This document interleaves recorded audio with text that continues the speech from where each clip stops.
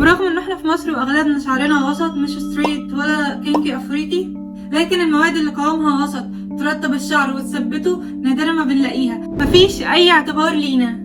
فانا شعري بيحب المنتجات الخفيفه اللي تحميه من الرطوبه، لكن الباترز والقوام التقيل بيخليك ميت حرفيا. هاي، ازيكم؟ بتمنى تكونوا بخير. النهارده هجرب معاكم تأثير كانتو ليفن وسومافي على الشعر الكيرلي والمسامير العالية. تعالوا نشوف مين هيكسب التحدي. عشان نقارن المنتجات بصورة موضوعية هنشوف تأثيرهم على الشعر خلال 3 أيام من استخدامهم، وهنقارن ملمس الشعر وشكل الكيرلز والديفينيشن والهيشان بقى قد ايه، وكمان هنشوف مكوناتهم من حيث وظيفتهم واضرارهم على الشعر والبيئة. طب اشمعنى الاتنين دول يعني؟ لأن النوع بتاع الكيرلز بتاعتي 3B، وكمان هو خفيف مش تقيل قوي، فبيحتاج الحاجات اللي قوامها خفيف وفي نفس الوقت تديله فوليوم وكثافة، وكمان مساميته عالية، يعني الشعرة ملمسها مش واحد وفي تعرجات لما نمشي عليها بالطول. وكمان المسامير العالية بتتأثر بالرطوبة أكتر من غيرها، فبتحتاج مواد مضادة للرطوبة ونتجنب المواد اللي فيها مواد مرطبة. وكلمتكم عن تأثير الرطوبة بالتفصيل في الفيديو اللي فات. فأنا شعري بيحب المنتجات الخفيفة اللي تحميه من الرطوبة، لكن الباترز والقوام التقيل بيخليك ميت حرفيا. ورغم ان احنا في مصر واغلبنا شعرنا وسط مش ستريت ولا كينكي افريقي، لكن المواد اللي قوامها وسط ترطب الشعر وتثبته نادرا ما بنلاقيها. معظم المنتجات يا اما قوامها خفيف مناسبة للشعر الويفي او المسامير المنخفضة، يا اما منتجات قوامها تقيل مناسبة للشعر الافريقي ومبتديش اي فوليوم، مفيش اي اعتبار لينا. وعشان كده اخترت كانتو كيس ليفين كونديشنر وسومافي ليفين كريم، لانهم اكتر مواد بيحققوا الشروط دي. ودلوقتي هغسل شعري الاول وابدا اجرب المنتجات معاكم عشان نشوف مين تاثيره افضل على شعري. هاي، ودلوقتي غسلت شعري وقسمته جزئين عشان ابدا اجرب المنتجات على شعري. معايا كانتو ومعايا سومافي، الاتنين بيشتركوا في ان هما فيار، وده شيء عجبني فيهم، وده لان البامب ساعات بيبقى صعب في التعامل معاه، فده بوينت ليهم هما الاتنين. وبالنسبة لكانتو فهو معمول من بلاستيك نمبر 2، والبلاستيك ده يعتبر من أهم أنواع البلاستيك القابل لإعادة التدوير، لدرجة إن هو ممكن يعاد تدويره ل10 مرات. لكن مع سومافي فالعبوة معمولة من بلاستيك نمبر 1، وبلاستيك نمبر 1 دوت منقدرش نستخدمه غير مرة واحدة بس، وهو قابل لإعادة التدوير لكن مش أمن أنواع البلاستيك. فاللي يفوز في النقطة دي هو كانتو. ومن حيث السعر فكانتو هو 283 جرام، وأقل سعر لقيته ليه هو 140 جنيه. لكن سومافي فهو 250 ملي، وده أقل من كانتو في حاجة بسيطة، وأقل سعر لقيته 130 جنيه. فالاتنين يفوزوا في البوينت دي. وبالنسبة للريحة فريحة كانتو قلب على توت شوية، هو دوت أنا كنت بستخدمه من زمان، هو سومافي جديد بالنسبة لي. هي توت أو فواكه، بس ريحة مش قوية، وهي أصلا بتروح مجرد ما نحطه على شعرنا. وبالنسبة لسومافي فأعتقد ملوش ريحة قوية قوي، بس هي برضو ريحة فواكه قلب على موز شوية بسيطة جدا، يعني مش ريحة ملحوظة أصلا. فاللي يفوز في ريحة هو كانتو. لكن بما ان العطور بتسبب حساسية وريحة العطر مش قوية قوي في سومافي، فسومافي هيبقى كسبان في نقطة ان هو ممكن ما يسببش حساسية للناس اللي بشرتها حساسة ما بتحبش الروائح. وهبتدي اطبق المنتجات على شعري واعمل ستايلينج ضفاير، وبعد كده اسيبه ينشف.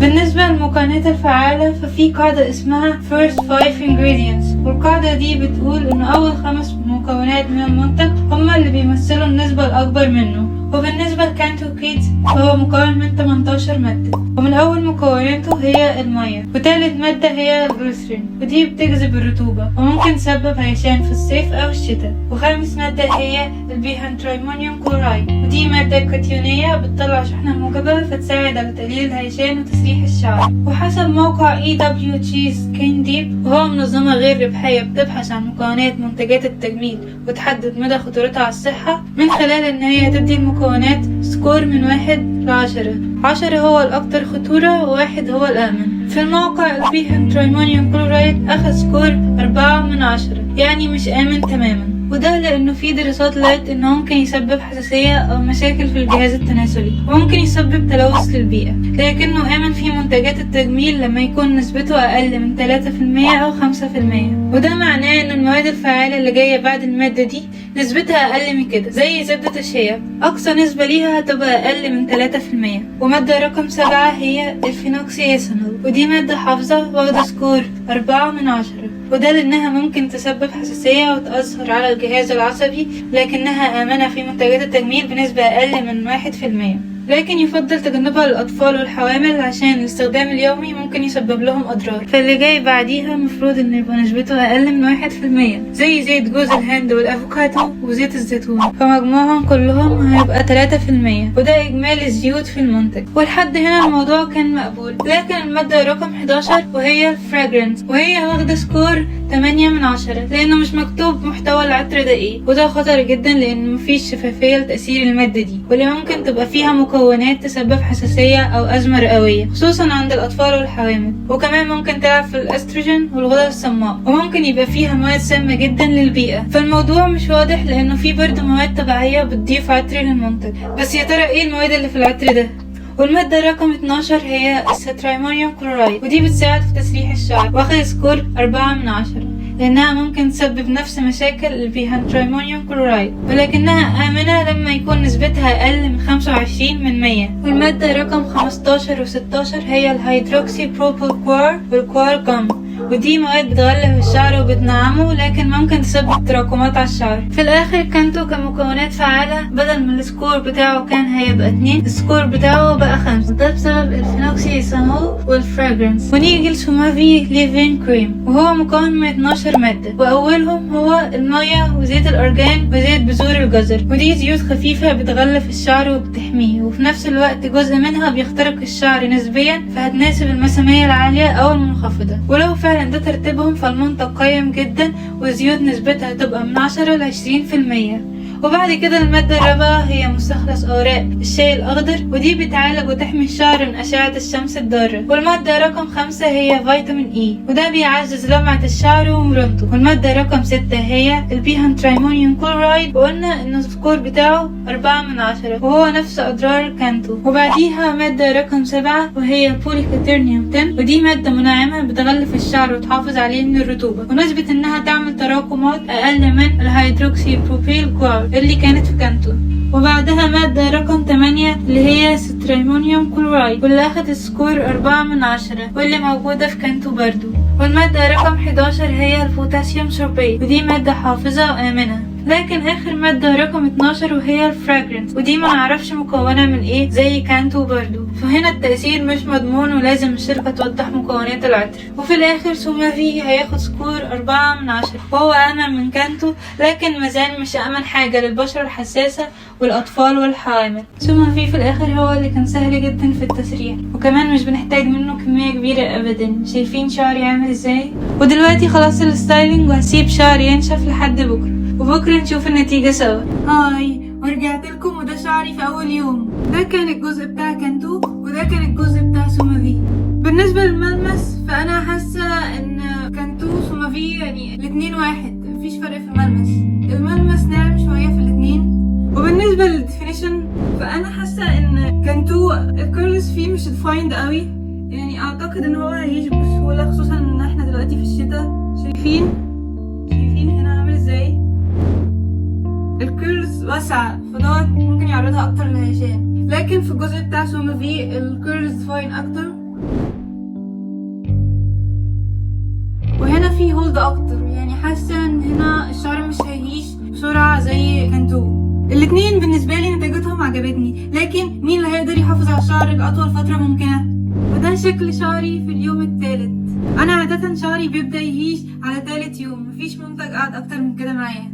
فبالنسبة لكانتو فحصل هيشان، وده كان متوقع، وده لانه فيه جليسرين. شايفين الهيشان هنا؟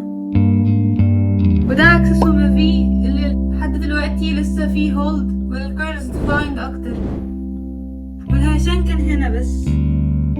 فاللي يفوز في نقطة الهولد هو سومافي. وبالنسبة للفوليوم فالفوليوم اكتر في كانتو لانه فيه نسبة هيشان اكتر، فالطبيعي انه يبقى فيه الفوليوم اكتر. لكن سومافي الفوليوم اقل لانه الكيرلز ديفايند اكتر، فاللي يكسب في نقطة الفوليوم هو كانتو. طيب في الاخر انهي فيهم احسن عشان استخدمه لشعري؟ ده على حسب نوع شعرك ومساميته. الزيوت اللي في كانتو مفروض انها بتغلف الشعر، فيعتبر انها المسامية العالية، بس انا شعري مساميته عالية، ورغم كده سومافي هو اللي كان احسن معايا. وده لان سومافي الزيوت اللي فيه مناسبة للمسامية المتوسطة، لانها بتخترق الشعر وفي نفس الوقت بتغلفه. لكنه ممكن يبقى تقيل شوية على المسامية المنخفضة، فاللي يفوز في بوينت المسامية هو سوما في. وبالنسبة للهولد سوما في برضو هو اللي كسب في النقطة دي، لكن الفوليوم اللي كسب فيه هو كان 2. وبالنسبة للتسريح وسهولة التسليك فاللي كسب هو سوما في. وبالنسبة للمكونات اللي مش هيسبب حساسية قوي ويعتبر آمن من التاني هو سوما في. لكن بالنسبة للريحة اللي هيفوز هو كان 2. لكن بالنسبة للعبوة فالاتنين فجار عادي، لكن لصديق للبيئة أكتر هو كان 2.